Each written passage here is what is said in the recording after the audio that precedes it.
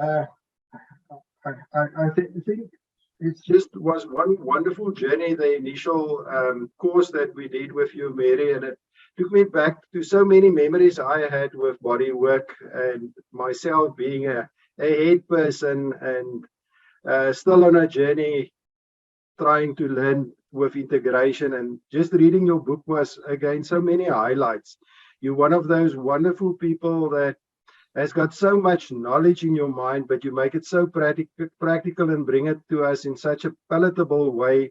And then by, working with Wendy Palmer, always, she said, working with the body is a shortcut to learning. And when I was reading your book, it was, again, that was one of the learnings I took out was, is just by experiencing it, like children that's playing, that's the wonder of it.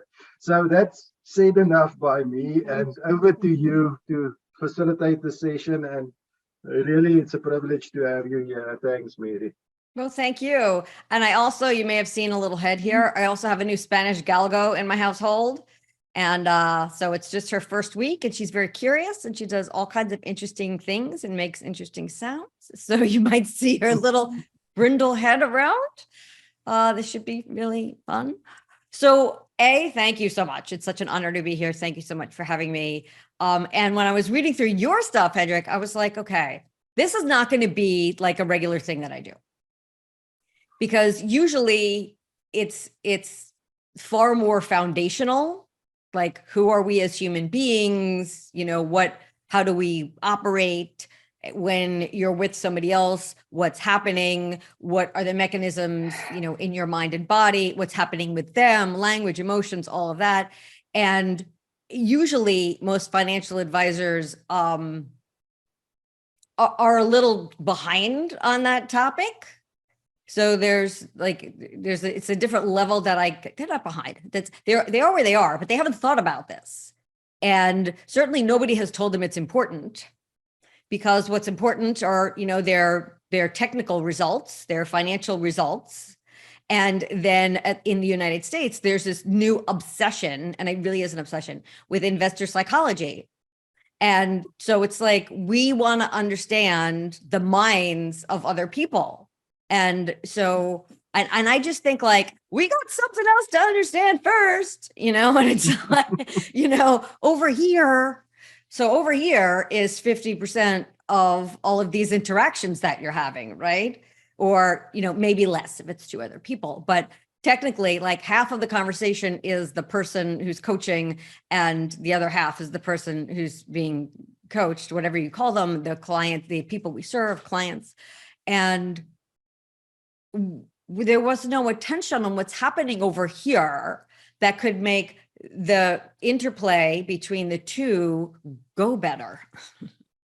And that the solution isn't necessarily in trying to guess what somebody else is experiencing or trying to interpret what somebody else is experiencing. And maybe we should first figure out ourselves, because once we do something super important, which is regulate our nervous systems, once we are calm and grounded and clear, things become more clear. We're no longer searching for something and constantly interpreting things, because as Gregory Kramer would say in Insight Dialogues, the wisdom emerges. If you're prepared, what you need to do emerges. But you also have to know how to listen for it and what it feels like and sounds like in your body and what it means for you. So that's something that has sorely been missing in this industry. But I feel like if anybody is figuring that out, it's you all. So what I would like to do is, if you don't, first of all, give me like a show of hands or do the emoji thing, reaction. Who has practiced mindfulness? Who is like, knows what it feels like to practice mindfulness? I got hands. Okay. So something really fascinating happened this weekend on LinkedIn. And I'm not huge on social media because I don't find it's healthy for me. And I don't feel good even if you said to me, go to LinkedIn, I would like have all these things happening in my body. just words, the words LinkedIn. And I want to plant a flag on that, because there are people in your life who, when somebody mentions your name, you have the thing that happens to me when I hear the words LinkedIn. You know, we have things, people, platforms that when we bring them to mind, we kind of get agitated or dysregulated or like sick. And that's wonderful to know, because that's mindfulness. So this thing that happened on LinkedIn was somebody was like, mindfulness is, and he was all like hating on mindfulness. And he was a very young person. So I was trying to be like, okay, so, you know, whatever.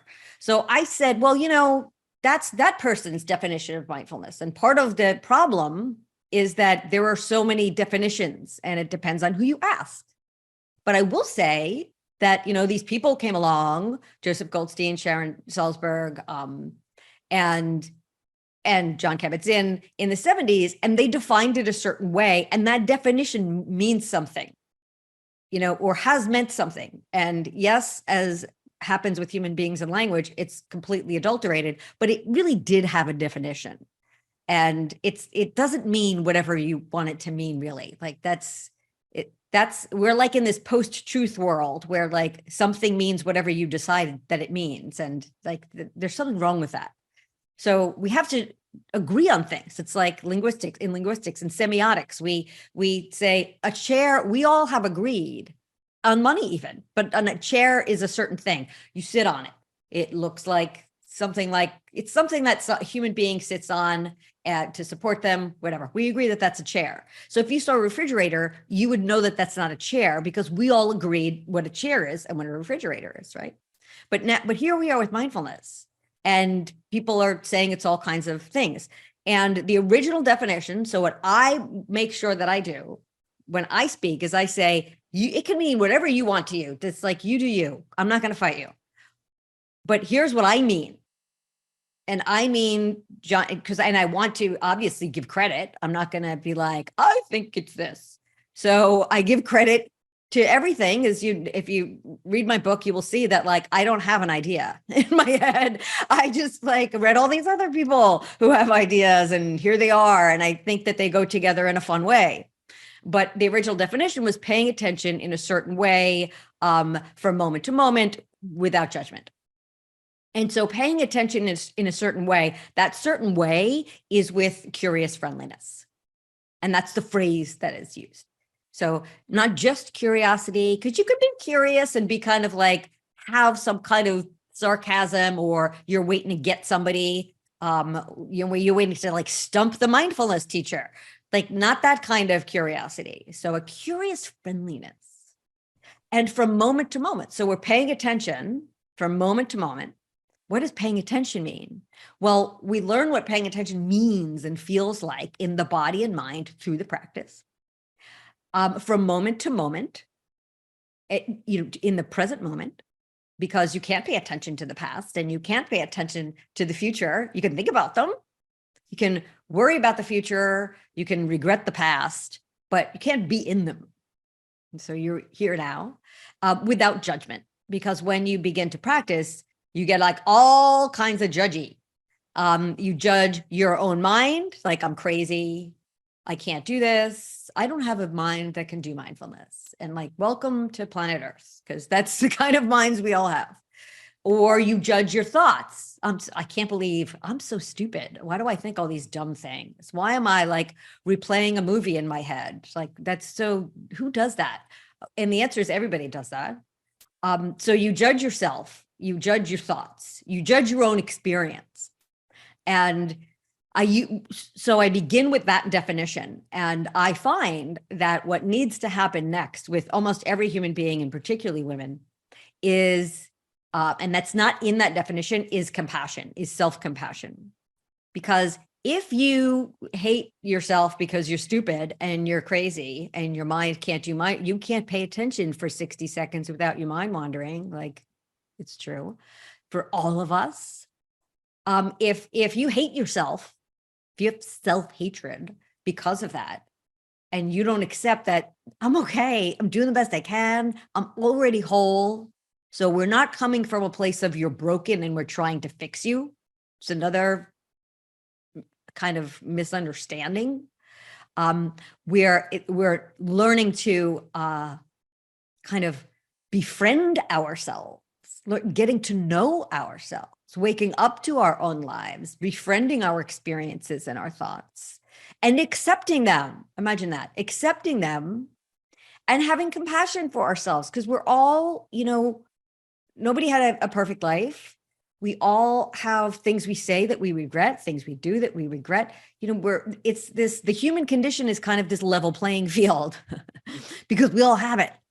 And if you can make it to being okay with you, for me, not just me, that is a huge step, because otherwise you spend yourself in practice thinking about all of the ways you're messing up and all of the ways you could be better and all of the ways that you're broken. And if you're doing that about you, guess who else you're doing that about? Everybody else. So if you can love yourself and have compassion for yourself, it comes so easy. It's like hacking compassion for the world. If you have compassion for yourself, it's like everybody else just comes along for the ride. And if you're having a tough time with compassion for others, I would ask you, what do you think about yourself? So self-compassion has become, thanks to Kristen Neff and Chris Germer, huge over the past decade or so. And I think it's not huge enough, because shame plays such a big part in the lives of human beings. And if you can get to self-compassion, that's how you break through shame. Now, whether or not you're doing this with anybody else, I'm just talking about you. I'm talking about the coaches and the advisors first, because it's kind of like getting your own house in order. So I would like to begin with, do you have questions about, that was a lot of stuff. Do you have questions about any of that? And then we'll do a brief arrival practice together so you can feel what it is like.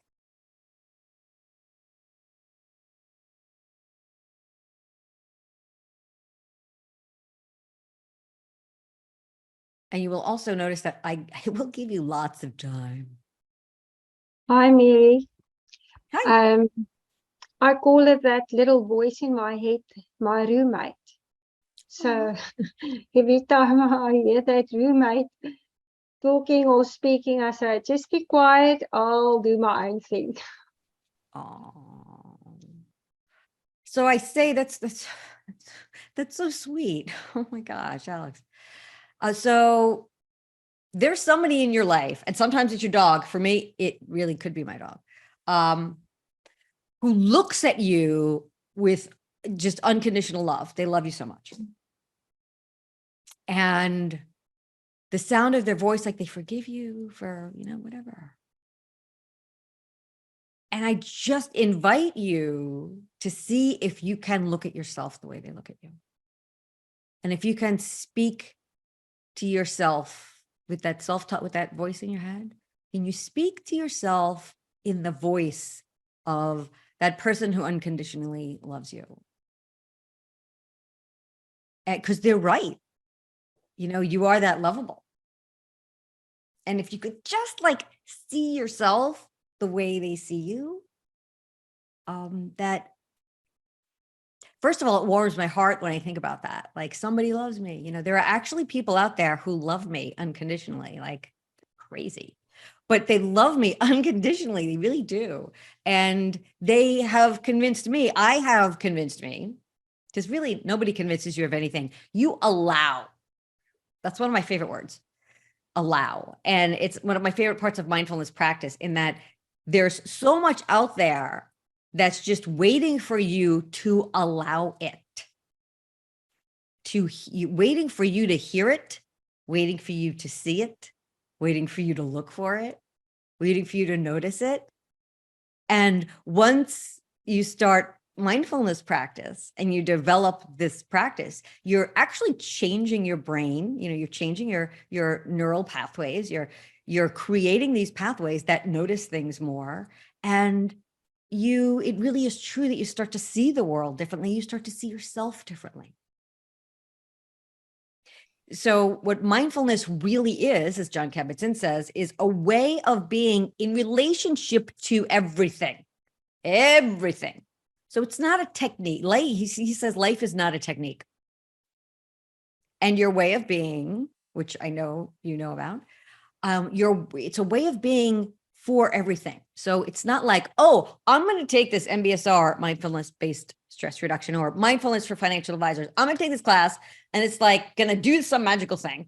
And then when the class is over, I'm going to just go back to like doing the things I did because I took the thing, I took the course. I know the stuff now. Like, that's not how it works. And this is about a practice that changes your brain. It changes your way of being in relationship to taking a shower, eating, drinking, relationships, communication, the work that you do, how you exercise, the choices that you make, your creativity. So when he says everything, he really means everything. And that's what I like about it. People in the financial services industry want to know, like, well, how does it relate to like this little thing and I'm like, you're not hearing me. It's everything about who you are, and you're bringing your entire self to your work. So you're bringing this way of noticing. You're bringing this way of regulating your nervous system. You're bringing a way of seeing, a way of listening, a way of sensing how somebody else is in a moment. You bring all that to everything, including meeting with a client. It's like Umberto Maturana says, we see the world as we are. In financial planning, I feel that there's 4 conversations going on when you're speaking to a client. Between the two of you, his conversation in his head and your conversation in your head while speaking to the client. So that I've also feel happens. Yeah. And so you want to be able to sense all of that. And if you are not regulated, if your nervous system if you're not in charge of your situation, you don't have a prayer of seeing things even remotely accurately. And so when people talk about empathy, if there is such a thing as empathy, the way people, think there is, and the empathy is this huge kind of controversy, whether it actually exists the way you think it does, or is there such a thing as affective empathy or not? So we can talk about that. However, the people who study that say, if it is to ever happen at all, the only conditions under which it occurs is the regulated nervous system of this one. Because if you're not, you don't see clearly. And you don't hear clearly. You hear what you want to hear. You hear your biases. You hear what you expect to hear. What you hear is affected by whether or not you're in pain or in a rush, or you like the person you're listening to. What you hear depends on how certain you are about how somebody is going to react or what they're going to say. So like, we bring all this baggage with us to listening that gets in the way of listening and even seeing.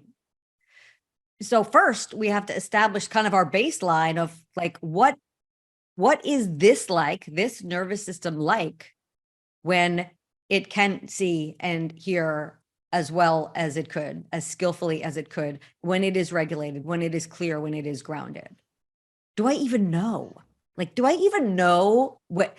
And this is the problem. Well, I teach kids too. So I'm certified by Mindful Schools. And there's this thing you tell kids to do, or parents, anybody. And it's stop, take a breath and relax, right? So the teachers say to the kid, stop, take a breath and relax. And the kid does that. And the school is like, oh, look at this thing we did. But here's the thing. You had to tell the kid to do that because the kid doesn't know that they're dysregulated in the moment. And grownups aren't that much different. Absent you're really working on your self-awareness, you don't know when you're in trouble. You don't know when you're about to not see and hear things clearly. Because you're already dysregulated. So it's a bit of a conundrum where, well, if somebody has to keep telling you to stop, take a breath and relax, how is that helping you really? Like, it's not. If somebody's telling, there's also stop, take a breath, observe, proceed. It's kind of the same thing. It's like a little more leveled up. But again, if somebody is telling you to do that, you have to know that you have to do that first. So I'm starting at the way beginning, before everybody's techniques and checklists and scripts and everything, of getting to know your own experience and what it is like. And specifically getting to know your experience and what it is like when like not much is happening. So if you start your mindfulness practice, if you're starting to learn mindfulness because you're already in crisis, if you talk to a mindfulness teacher, which is, we do like an intake before MBSR, the MBSR teacher won't let you take the class. Because if you're already in crisis, then you're not going to benefit from you have to get yourself out first. If people who are in recovery, if they're not a year out of recovery, no MBSR. So you need to get to know your own nervous system and your mind when it's kind of boring. And when you get to know that, you notice when it's kind of not, when you're becoming dysregulated. You notice like the little moment when somebody says something and you start to get this like feeling in your stomach, or you start to get flush in your cheeks, or whatever flavor your nervous system does that lets you know you're starting to go outside of your what's called a window of tolerance. Dan Siegel called it the window of tolerance. And so the window of tolerance is like this space in which you're okay, and whatever happens, you're safe and brave, and you can be creative, you're capable of long-term planning, you think really clearly, you're listening well, you're not in a rush. Whatever comes at you, you got it. You're adaptive, you're flexible, you bob and weave. And then something happens though, for all of us. Some people have a huge window of tolerance where like they can handle anything. It also, your window of tolerance also has to do with your ability to be okay with change and ambiguity and uncertainty and adversity. So like I happen to have an enormous window of tolerance. Like, yes, throw it at me, go ahead, give it to me. But it wasn't always that way. So your window of tolerance changes with your time of life. Sometimes it changes with a person. Sometimes there's like this person who just like, you just can't take it. And not that you're angry necessarily, but you're around them and you get really agitated or something. And so your window of tolerance is like smaller. It's more narrow. So we get, during practice, we get to learn what the edges of our window of tolerance is when we're about to become a little either agitated. So, you know, some people have one style of agitation, like I get hyper aroused. You know, I get really anxious and then I eventually have a panic attack. Some people get really hypo aroused. So like I start to check out, I kind of go like this, I kind of disappear, I make myself really small. I don't feel anything. And then some people are like, well, it depends. So it depends on the person I'm talking to, it depends on the situation. So through mindfulness practice, you get to know A, the edges of your window of tolerance, and B, you get to sense the moment, that the earliest time where you begin your flavor of hypoarousal or hyperarousal. And at that moment, because you're noticing, because you have practiced, you can do something about it.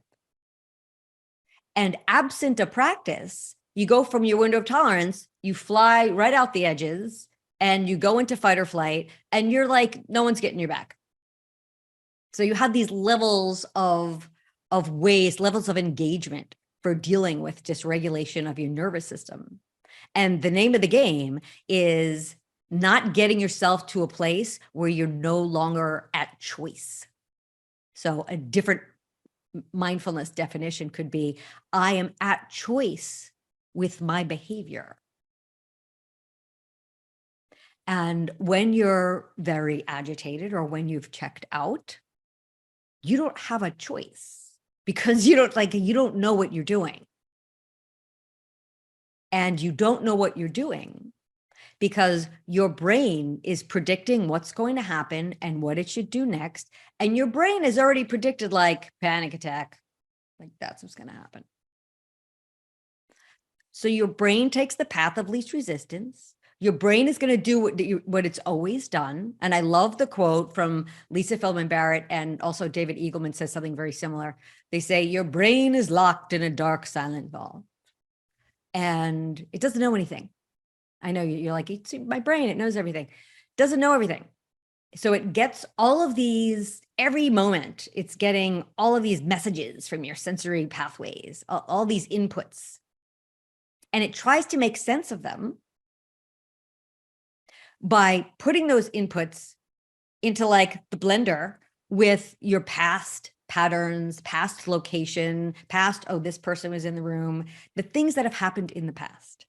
And it predicts what's going to happen next. So it predicts, oh, this is a mess. We got to get away from this. And it predicts what you're going to do.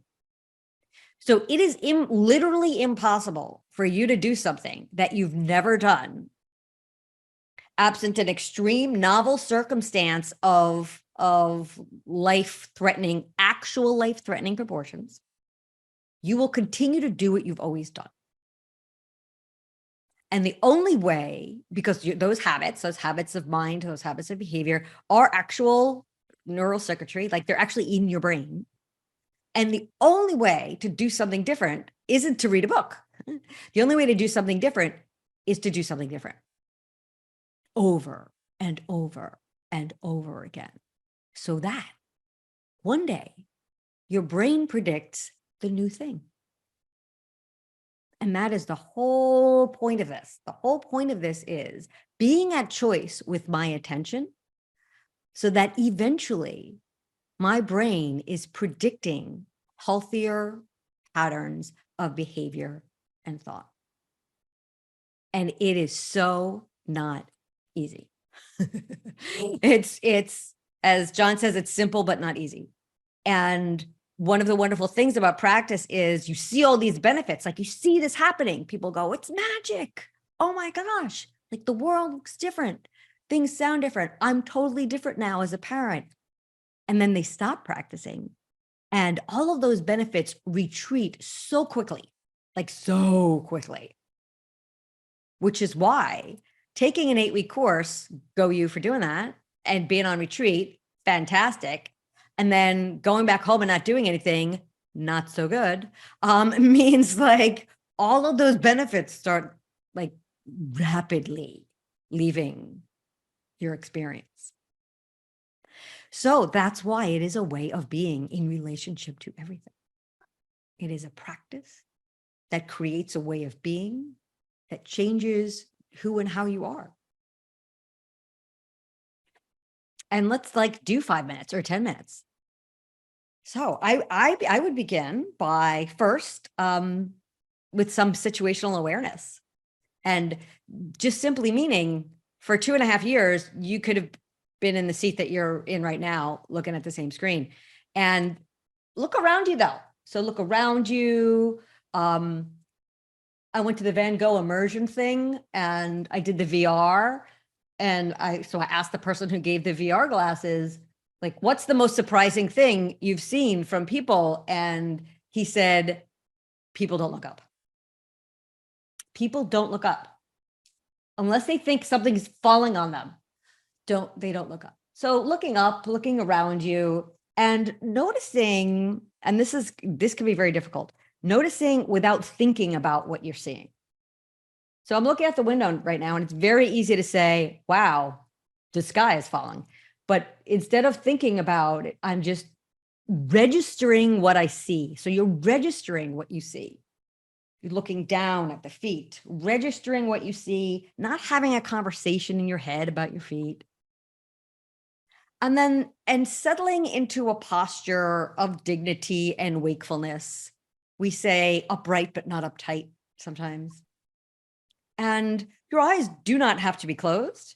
So if you can close your eyes for a moment and you feel okay, as in there's no like internal experience of fear or I'm not safe or threat, then keep the eyes closed. And if you want to have them open, kind of softly gaze at a stationary spot, a little down and in front of you. Like I'm looking at the apple on my computer, the Apple logo.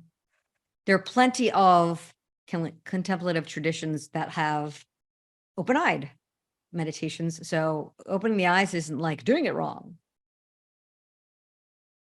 And bringing attention to the posture, whatever posture you're in, noticing the configuration of the parts. So noticing, knowing that you're sitting or standing from the inside out.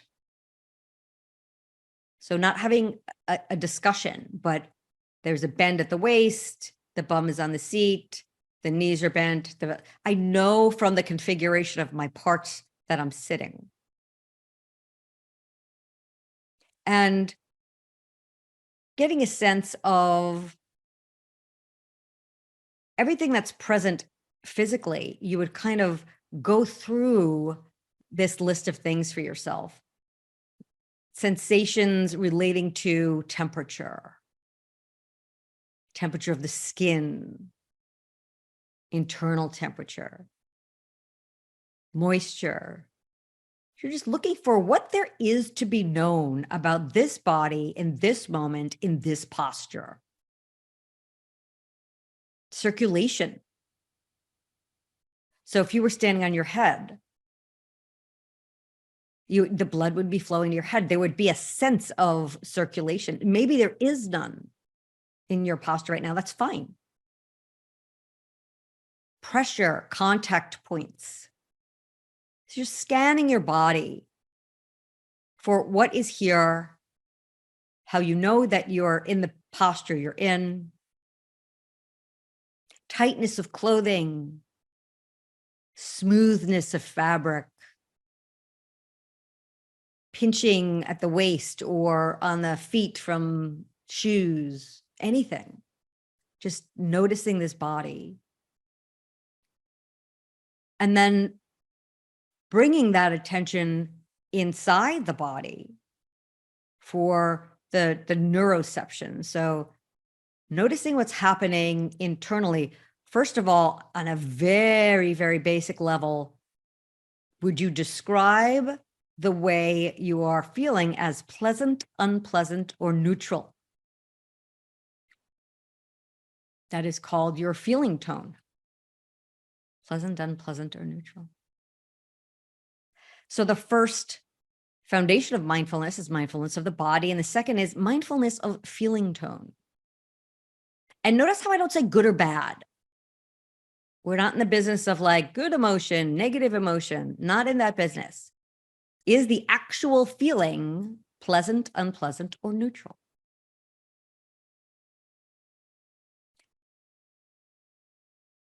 Is there an emotion present? Are there sensations in the body that are attached to a thought? That's what emotions are. Is there any pain present?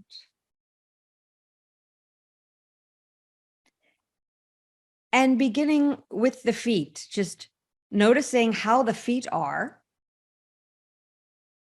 Are they flat on the floor? Are your ankles crossed? Are you on your tippy toes? Just noticing what on earth your feet are doing right now.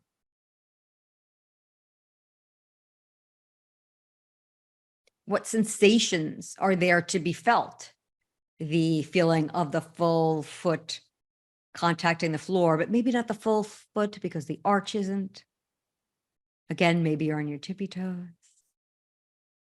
Moving up the legs. Maybe you went running today, you otherwise exercised, and there are residual sensations from exercise or an injury. Are there any sensations to be known in your lower legs, your knees, your upper legs, your buttocks? And go very slowly up the torso, front and back. And you have sides, front and back and sides, inside, outside of the torso, slowly moving up the torso and just asking what is here. Sensations related to digestion, indigestion, feelings of clothing on the body, air on the skin. Are there any organs you can sense? Your lungs, your heart, automatically just keeping you alive. But you can alter the way they function through mindfulness practice. The ribs. And you would say, what do you mean the ribs? I can't feel. If you had a broken rib, you would feel your rib. So maybe, great, I don't feel anything in my ribs. That's wonderful. Sometimes the absence of a sensation is good news. Up to the collarbones and the shoulders, cross to the shoulders. Are the shoulders up by your ears? Where are your shoulders? What are they saying about you right now? Your shoulders. Moving down your biceps and triceps and elbows and lower arms to wrists and your hands, the palms, the temperature of your palms, the temperature of the back of your hands, and just very briefly circling each one of your fingers with your awareness, just noticing what's here. We've got all this skin, all of these parts that we could notice if we wanted to. And we ignore most of them until something is really wrong. Moving up the hands and arms to the shoulders, across the collarbones and to the neck, and swallowing. And just being aware of all of the sensations that happen with swallowing. There are sounds too. And a moment of gratitude. I recently had COVID. The swallowing thing, if you're not coughing and you can easily swallow, that like a moment of gratitude for all of these parts working well. And for you being able to be here today. And the back of the neck, which is where many of us carry tension. What is it like? The back of the head, the scalp. If you wear a lot of earphones these days, suddenly there's a lot to be felt around the ears. If you wear your hair up a lot, there are sometimes sensations on the scalp or a lot of hats. And moving your attention to the front of your head, your face, from your hairline down to your brow bone. Is your brow stiff? Is it tense? Your eyes, the moisture in your eyes, eyelashes, all the little muscles around your eyes that tell the world if you're happy or sad. Your cheeks, your mouth, your jaw. Is your jaw clenched? Chin. So just scanning your whole body for what is the dominant sensation in my body right now? And is my feeling tone pleasant, unpleasant, or neutral? And then how do I know what inside of your body tells you pleasant or unpleasant for you?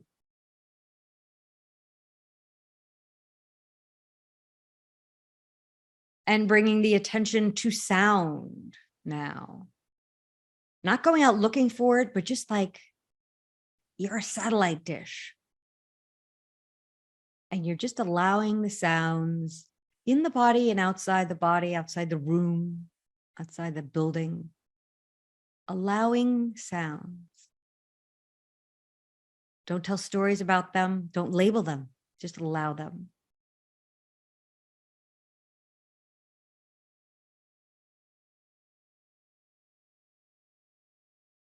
This is what your life sounds like right now.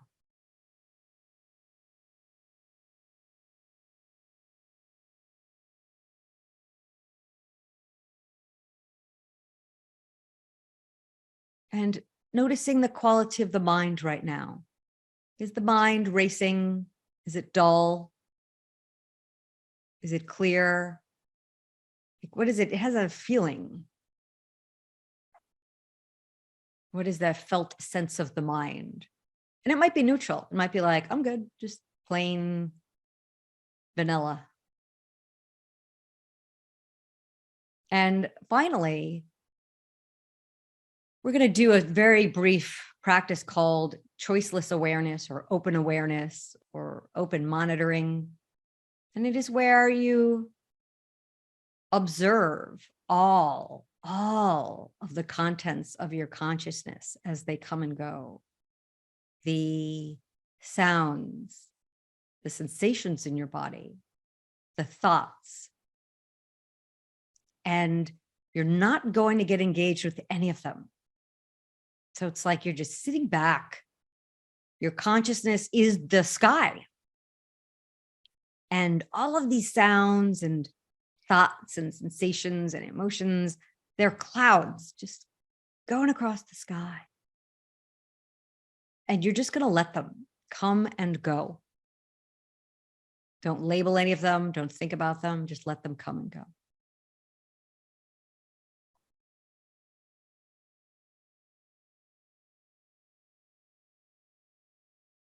So you're awake to your life right now. This is what your life is right now.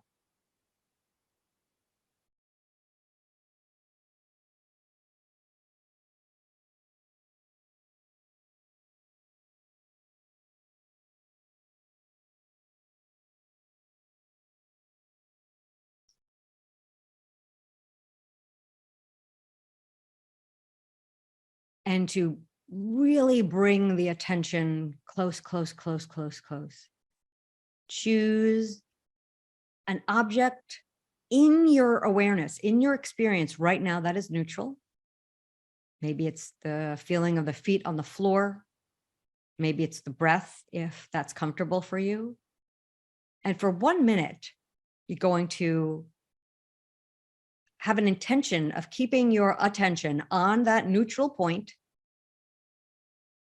And your attention's going to wander over and over again to thoughts and sensations and sound. Now, it's totally fine. And each time you notice where your attention has gone to, that is mindfulness. You notice where your attention is, and you're at choice with it. And for this 1 minute, when you notice that, choose to bring your attention back to your anchor point with curious friendliness. So you have your anchor point, your attention wanders, you bring it back.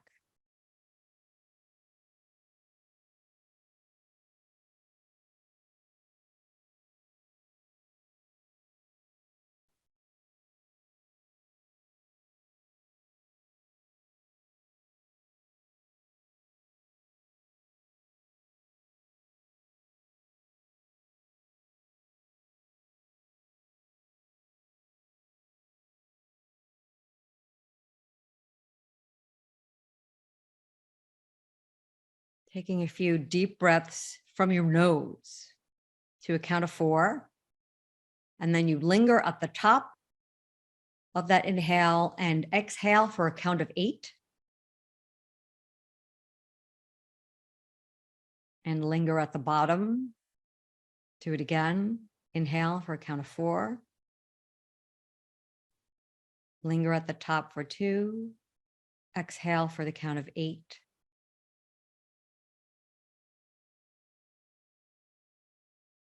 And inviting any gentle movements that are called for and noticing what was called for. What did my body want to do? And very slowly opening the eyes if they were closed, inviting in colors and shapes and pieces. And I thank you for that practice. And so what is here now for you? What was that like? What would you learn? Was it really boring? Do you think it was dumb? Tell me.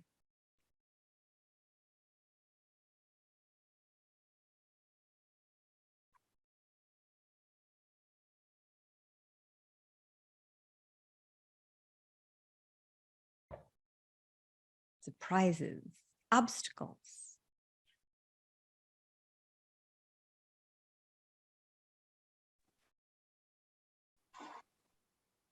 Mary, if I may maybe make a comment. So to me, I think the focus on self, I don't think it's something that we do often, but I guess that's the core of mindfulness, isn't it? Yeah, I don't think we do that often. I don't think often enough. You said that, forming new habits is really, really, really difficult. It's like doing psychotherapy on yourself. So I guess that, if you want to become skillful at this, it would mean that one would have to make time for opportunities like the one that you've just demonstrated. Yeah. And thank you. And that was kind of a while. Like we did first, I was like, oh, I'll do a 2-minute thing. And then I kept talking. So, because I wanted you to at least have one experience where it was a couple of things thrown together. So with regard to habits and developing habits, first of all, on my website, I now have 2 and 3 minute, which is totally not what I ever wanted to do, but I have 2 and 3 minute meditations. So it's like, don't tell me you don't have time. In mindfulness-based stress reduction, the homework is 45 minutes a night, which it actually flies against what we now know about habit change. But that's the curriculum, so that's what we teach. I don't teach that in Mindfulness for Advisors because the research does not support it. You cannot tell a bunch of people go out and do this for 45 minutes a day. They're not going to do it. But you would do it for 2 minutes. And you'll do it for 2 minutes if you set yourself up right. So like if you habit stack or piggyback, everybody's got their own word for this, meaning there's something you already do and you're going to couple it with that. Or you're going to make a rule for yourself, Daniel Kahneman style, and say like, I don't put my feet on the floor until I've done a 2-minute body scan or a 2-minute focused attention. And that's your rule. Or you set your alarm, or you do insight timer, 6 o'clock, whatever it is, 5 o'clock. And as soon as you hear that bing, you do your 2 minutes. So you do whatever you can in terms of your architecture of your own environment, your like choice architecture, to make yourself, to up the probability that you'll do the thing. So you attach it to your toothbrush, meaning the act of toothbrushing. So you do it while you're brushing your teeth. You do it in the shower. Mindfulness in the shower is amazing because you just, there's all these sensations that happen with not just temperature, but with like the water hitting the body and the water hitting the skin at different places in the body. And then the water on the hair that hits the skin. There are just so many things to notice. Or maybe your rule is as soon as I go to bed, I do a body scan to go to sleep. So because they're so boring and they're very long, they can be 45 minutes, but I have 10-minute ones. So when I'm going to bed, I put my head on the pillow, I turn on the body scan and I go to sleep. I don't go to sleep, whatever. But the effect is there of I had the intention, I'm creating that neural circuitry that says like, I do this. So that's what the neural circuitry says. It says, I'm the kind of person who does this. I'm a brain that predicts that before I put my head on the pillow, I do a 10-minute body scan. Half the time I fall asleep, but still I do that. I'm creating a brain that gets up and does a couple of minutes of focused attention. So what happens during this, we call formal practice of actually sitting, and we call it sitting. During your formal practice of sitting, you're like, this is dumb. Like, why am I doing this? Yeah, my mind wanders, I get it back. My mind wanders, I get it back. Like, that's the whole thing. And that is the whole thing. But you're doing that so that when you're not sitting, you're doing that so that later on during the day, when something happens, you notice where your attention is and you're able to do the most skillful thing because your brain predicts you're paying attention. That's why you're doing it. You're not doing it to do it then. You're doing it in a safe place where nothing's happening so that later on when you need it, it magically shows up. You're creating a way of being. So all of this like sitting that at first seems like, and by the way, in mindfulness-based stress reduction, I'm not allowed to tell you that. I'm not allowed to tell you that that happens. But in like week 5, because you're supposed to be like, oh, you know, it's like the big reveal. But I'm telling you, if you do it regularly, it becomes who you are. You have a brain that's mindful, that predicts mindfulness, which brings me to one last thing, which is the whole, like, we used to say, what we used to think about the brain. And I will also say that the other research was happening at the same time. And this happens a lot in the world where one narrative wins. And the narrative that won is reaction versus responding. That's the narrative that won, that we all know. And I don't know how much it matters. I'm a bit of a purist, so that annoys me. But that is a very good way of describing it. You're going to the point, you're going to this reaction, something happens and I react, and you're building this space in so that you can consider your various ways of responding and choose one skillfully, rationally, reasonably. It's a great explanation. But the reality is your brain has already predicted what you're going to do. And so mindfulness is really working at the level of prediction work. So this makes even more sense once you know that the brain is a prediction engine, because you're rewiring your predictions. You're reprogramming this prediction machine to predict mindfulness. And when you put it that way, it's not really it's not a conscious thing. But you have to get it to the point. You all know of the, who is the guy, what is his name, who did unconscious competence to conscious competence to that whole thing. So you're getting to the point of, and there's another model. It's unskilled, skilled, mastery, and virtuosity. Unskilled, obvious, skilled, obvious. Mastery is you really know your material and you know when to apply it. But you know your material and you're applying it consciously. So that's the reaction response thing. And virtuosity is you're not considering any of this on a conscious level. It's just happening. So you have rewired your brain to predict that you're not going to immediately fly off the handle, to predict different sensations in the body, to predict different thoughts and different ways of being. And when I hear it that way,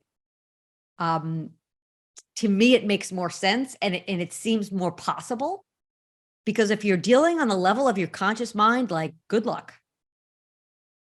If you can make something into something if you can make your desired behavior something that is unconscious, that's where you want to be in terms of habits, because everything you're choosing to do consciously takes energy. And your brain is about saving energy for things that are unexpected, novel, and disastrous. So you want your brain to be working nice and smoothly, doing the best thing. And you don't want to be working against it with having to consciously choose all the time. You want that to just show up as something you do, rather than it's a light bulb and now you have to think about it and make a choice. Is that like, no way? Because when I first heard all that, I was like, no way. But this is now the narrative that is accepted in the neuroscience community. And if you want to read more about it, I could send you resources. So if you tell me what is the best thing for me to do for you right now, I know that you, in the back of the book are all those resources. There are hundreds of resources. And David Eagleman, Lisa Feldman Barrett, and what's his name, Jeff Hawkins are the best places that I know of to go for that discussion. But you could just Google it also. Lisa Feldman Barrett, again, is my favorite. And tell me what I can do for you, and tell me what questions you have for me.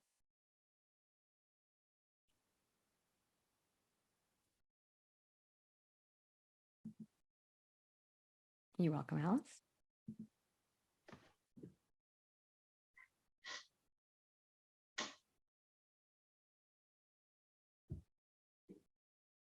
You're just like confused. Did I just totally confuse you? Mark, it's never that you're totally quiet. No, it's that Western, that phrase from the Western movies, man speak with forked tongue, Did I do comes to that? mind. No, it's not that. It said our brains tell us we're fine. But it's when you start listening inside, you suddenly realize, maybe you're not so fine, And the other thing is also, when you say you're regulated or whatever, it's like, I think too many of us do regulate with that Jameson's or that bourbon or whatever, and that's our hiding to nothing. So, yeah, gosh, that and the reality that my shirt is suddenly very tight. No, What have you done to my Monday? Seriously. Sorry. But right? You suddenly notice things you didn't notice before. And to what you just said, and you might specifically not want to do this, but Andrew Huberman had a 2-hour podcast answering everybody's questions about alcohol. And the short answer is no. The short answer is there's literally nothing good about it for anybody. And it's so much worse than that, the full answer. But if you want the answers about, he's a neuroscientist and ophthalmologist, and he's at Stanford, and he has the Huberman Lab and the most listened to podcast, and it's called the Huberman Lab. And 2 hours and 20 minutes, I think, on alcohol. So look that up. And let me know whatever else you need, www.marymartinphd.com. And if you want to do like a full intro with your peers on Thursday, I'm doing one at 10 a.m. So it's like this time on this Thursday. So that's a good time for you. It's free. And I welcome you to any of my things and ask me anything. And if you go to my website, you could subscribe to my newsletter, which is full of weird things, but that I think are interesting. And Hendrik, take it away. So thank you very much for everybody that attended. And then again, my big thanks to you, Mary. I would suggest the newsletter is brilliant. I enjoy reading it. It's one of those that I try not to miss. So brilliant work that you do, Mary, and keep on doing that. And also, you always amaze me with how much you're willing to share with us. So thanks very much for that. And thanks for joining us this afternoon. It's brilliant. And for those that are interested to really join the session that Mary invited you, the course is really accessible, and I found a lot of value of it attending it last year. So thank you very much. You're very welcome. You're very welcome. They say there's a question, Mary. What is the website page? Your website page? Perhaps you can just share it. I haven't got it now. Top of my mind. www.marymartinphd.com. And all of the meditations, there's 25 meditations. They organize them from length. So it's 2 minutes to like 50 minutes. And I write a lot. So there's like 100 or so blog posts there and stuff about the course and the intros. And And ask me anything as always. Awesome. Thank you, Mary. You're Thank very you. welcome. You're very welcome. Thank you, Mary. That was great. You're very welcome. You have a great day, everybody. Enjoy. And you. Bye-bye. Dankie julle. Thank you. Thanks. Thank you.